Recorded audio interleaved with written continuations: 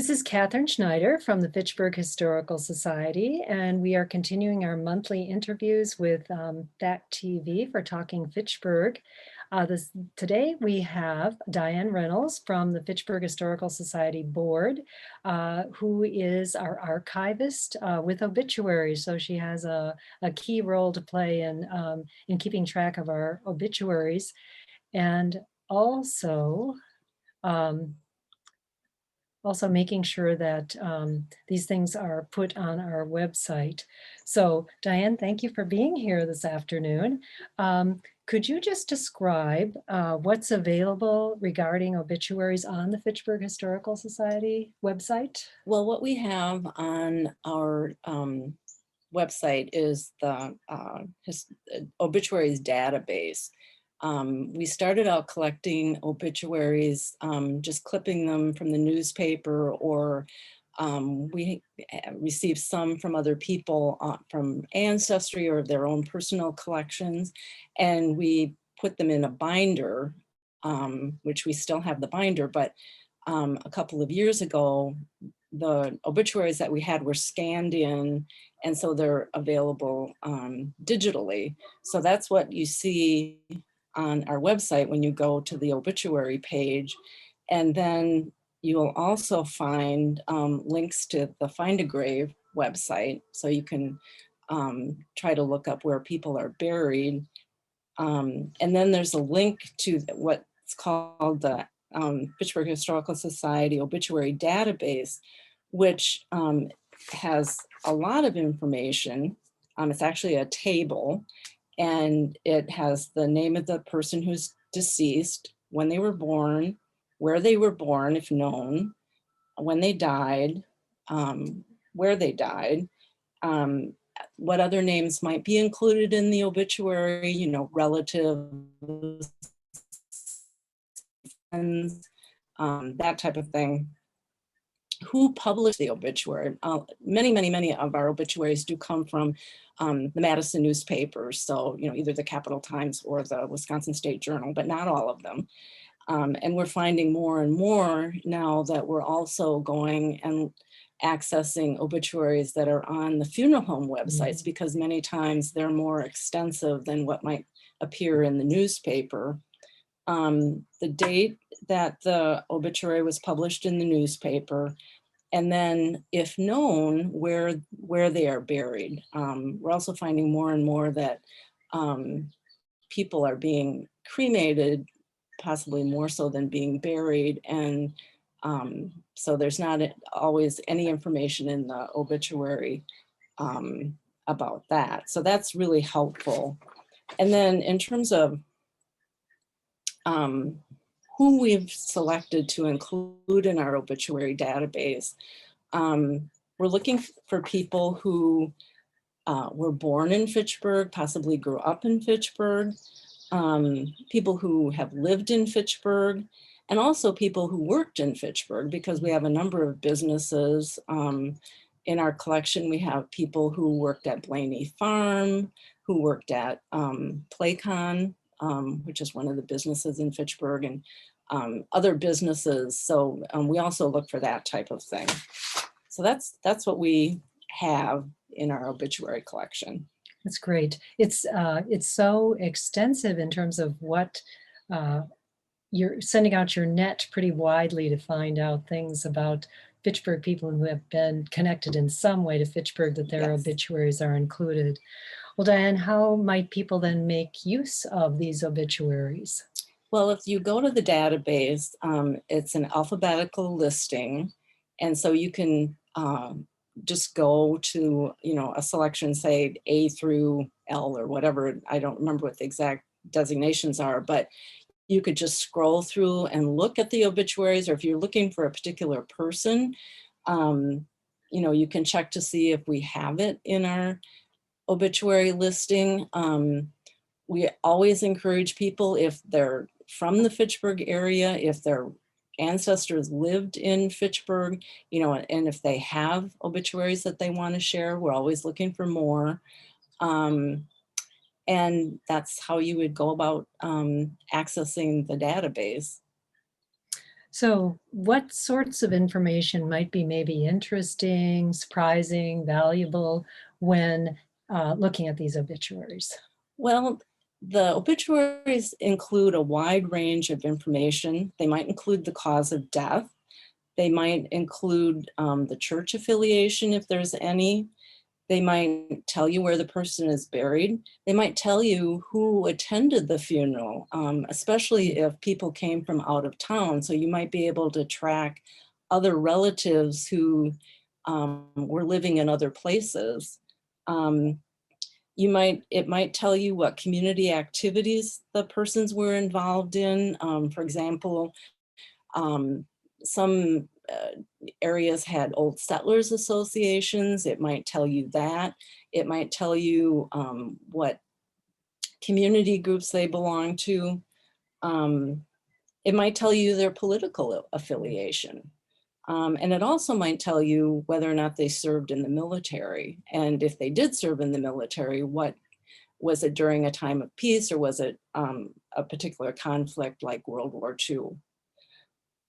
So really, there's like a storehouse of information possible that might lead you to other sources of information, especially if you're doing maybe genealogy, to find out even more about this person. They're kind of a touchstone for maybe other access to other information. Right. And I looked up one, there are, Kinney's in Fitchburg, and Michael Kinney's obituary tells when he came to the United States, which was 1845, and he came from Ireland, and 1845 is part of the potato famine years. It says that he was one of the earliest Dane County settlers. He bought a farm in Fitchburg, so you could, based on that, you could look for land records from Dane County. Um, you could look for church records, that type of thing. So it can lead you off in many different directions. Right. It's like being almost a detective to have one thing lead to another and pick up Mhm. the clues. Um, Dan, I'm wondering if you could share maybe a story or two that really stands out to you from the Fitchburg obituary collection that you found, particularly maybe interesting. Well, one of the things that I looked at was Bill Stoneman's obituary. And Bill was very active in the town. He was a farmer, but he was also the town assessor. And in reading his obituary, you get a lot of the history of Fitchburg. I was quite amazed. It was quite extensive. It talks about how he helped establish the Fitchburg Memorial Day service and the Fitchburg Farmers Market.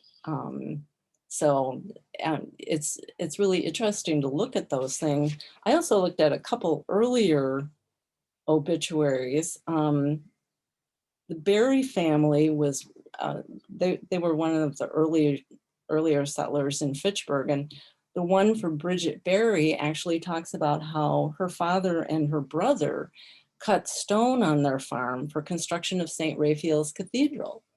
I'm not sure how else you would ever find that information except that, read her obituary and there it is.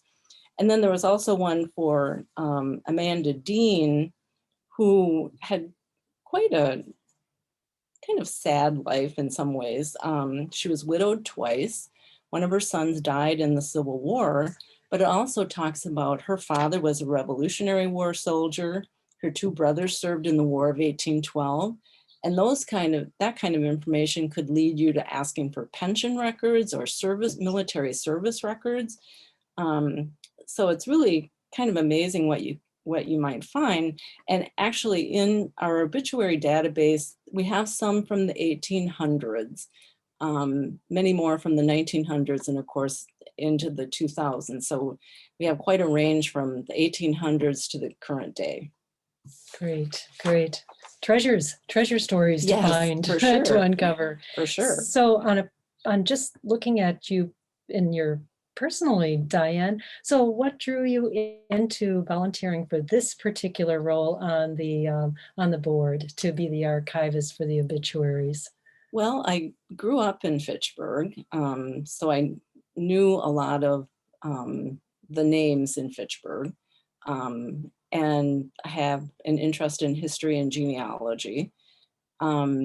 I was familiar with what some of the other local historical societies were doing in terms of their collections and knew that they were collecting obituaries. And I started working with Carol Kinney and Winnie Lacey on having a specific obituary collection. I mean, they had some family information that might have included obituaries, but we didn't have a unique obituary collection. And so we started working on that, and it's just grown. Wonderful, So, wonderful. yeah. And so for your own family history, have you found some interesting things through obituaries, like in your own family? Do you want to share anything about that? Well, recently I tracked down a very distant relative who lives in Montana, who is related through my great-great-grandmother on my mother's side, whose his great-great-grandmother was a sister to my great-great-grandmother. And my great-great-grandmother unfortunately passed away at a very young age. But his great-great-grandmother lived to be quite aged. And, you know, it was kind of interesting, you know, like, how did she end up in Montana from Wisconsin? And also the fact that, you know, I was able to track down this gentleman who kind of was a little surprised to hear from me, I think so. But that's okay. And then I also found obituary helpful because for one of my great-grandmothers, Dane County either never had or misplaced her death certificate. So we knew the year that she had died, but we didn't have any clue about exactly when she died. And I was able to track down an obituary and find that information. So, I mean, you're going to find when you start looking. That's great. The stories are buried there, the records, some ways that you can further your search. There's just all kinds of things that you can find from these obituaries that are of value.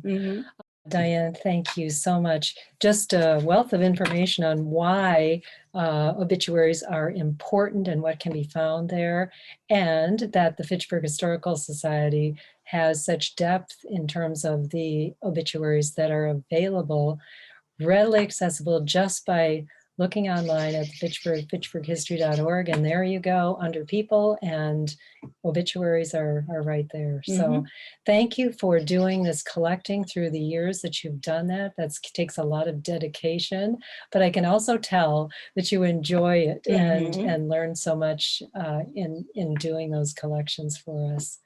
So we appreciate you coming to share that information with us this afternoon, and we hope people will access the website and enjoy it. I hope so. I think they'll find it interesting. Absolutely. Thanks, Diane.